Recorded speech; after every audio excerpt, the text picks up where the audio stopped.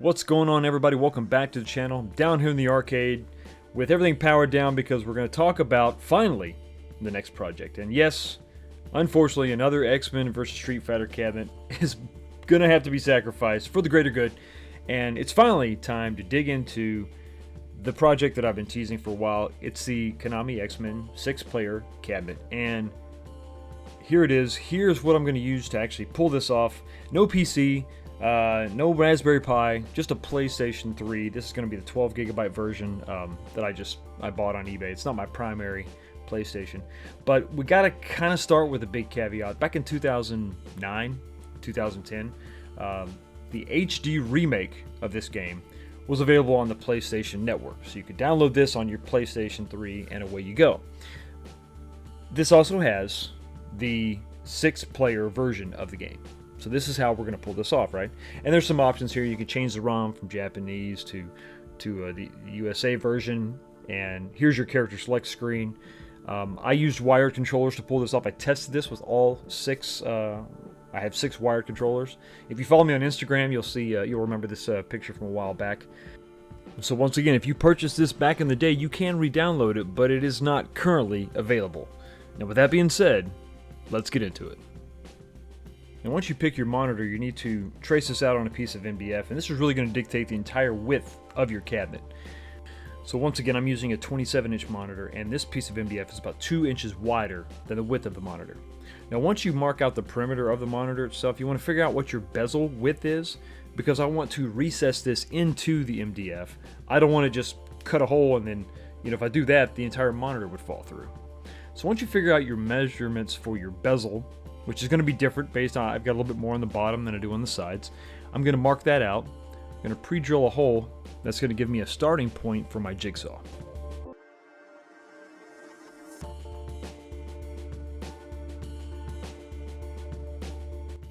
So with that center section cut out, which represents the viewing area of the monitor, I want to basically plunge cut the rest of the area with this bit on my router. The idea is to set the depth to the thinnest part of my monitor and then go all the way around at that depth so that the majority of it will be recessed. Now, because my monitor isn't perfectly flat, or the same thickness all the way around, or depth I should say, it's going to stick out at the bottom, but at the top it should be basically flush.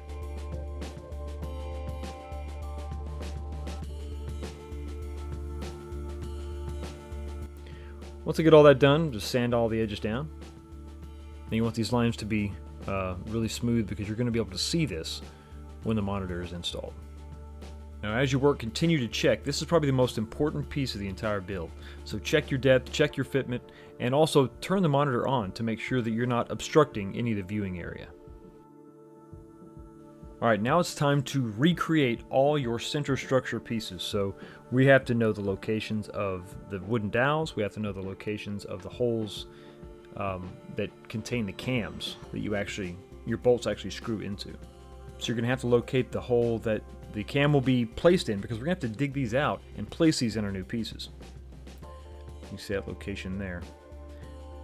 The depth is also important because your screws are only so long. If you go too deep or too shallow, the bolt will actually bottom out in the wood itself.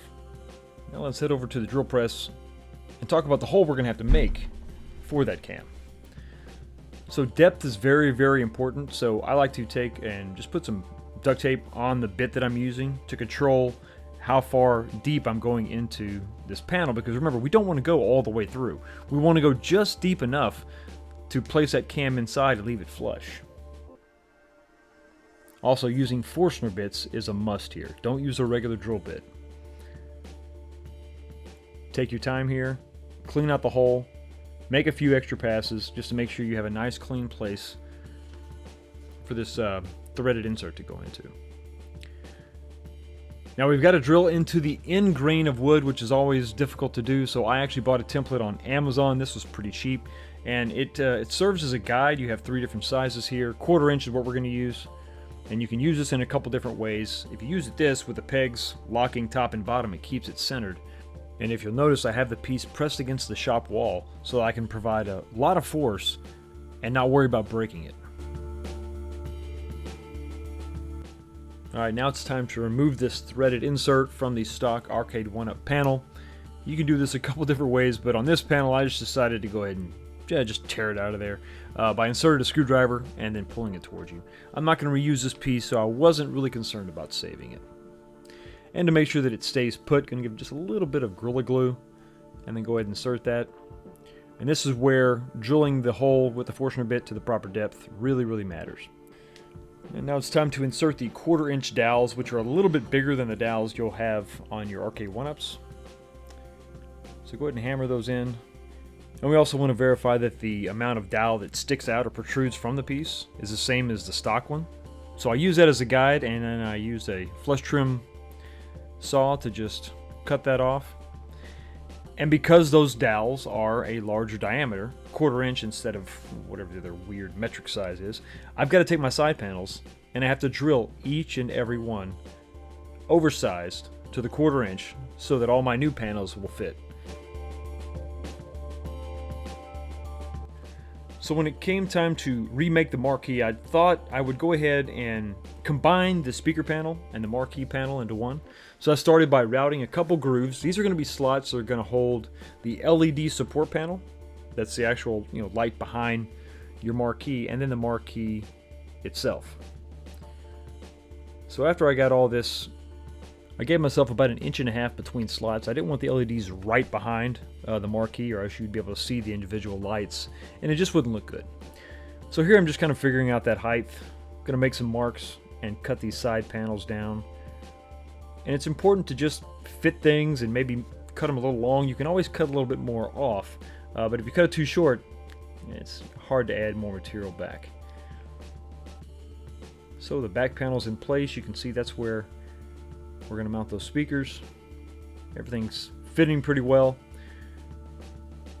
Now I'm using a different speaker here. I'm not going to use the standard Arcade1up speakers. They just don't have the range that I wanted. So this is just me making sure that everything's going to fit, figuring out that center hole location.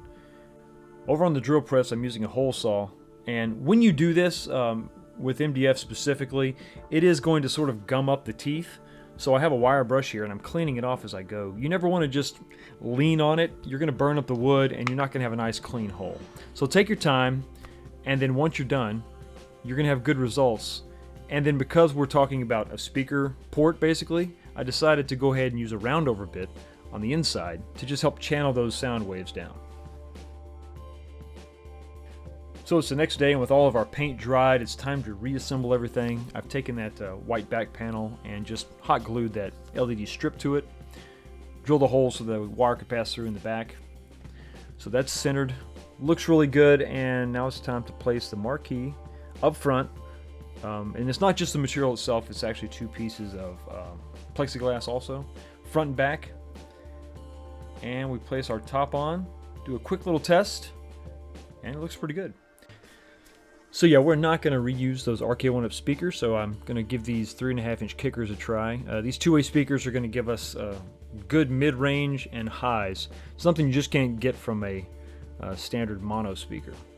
So because I changed that marquee location, I'm going to have to drill new holes in my side panels. And if you want to recreate this stock look where you have a hole and then you have that recess, you can do that by first drilling all the way through, obviously, and then you can use a Forstner bit. And once again, you really want to control the depth on this. You don't want to go all the way through, but you really just want to go deep enough to where the hole of the screw is going to be recessed or flush with the panel.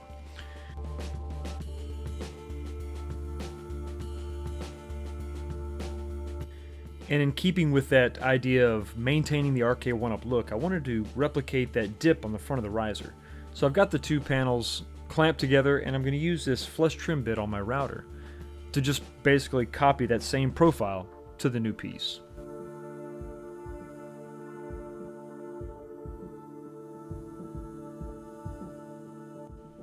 Now Arcade1up doesn't use T-molding, they actually use something called edge banding. This is done when you're working with plywood to sort of hide the end grain. So for this project I'm going to be using the black melamine color to better mimic the stock side panels of the riser that I'm going to be reusing. Edge banding is a laminate that has an adhesive that you're going to have to heat up with an iron to apply. So the last thing to do once you have the riser all together is put these white plastic feet on the bottom, and then put the whole thing together and see how this wide body kit turned out.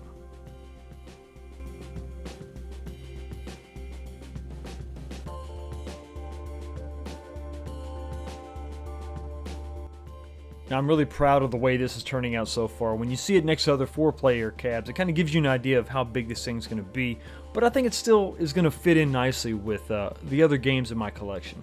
Here's a close-up look of the riser and the stock edge banding, and then my edge banding. I think that looks pretty good.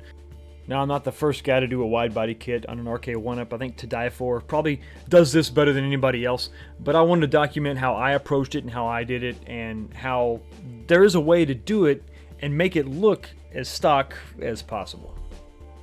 The way the speaker panel matches up with the monitor support panel, just this whole thing turned out really nice. The only issue is the panel that covers the speakers is a little too close to my big kickers, so I'm going to have to do some cutouts there and make some room.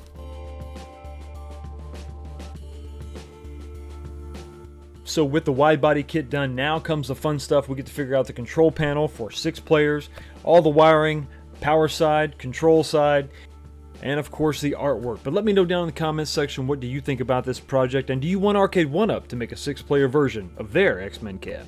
Y'all have a blessed day, and I will see you next time.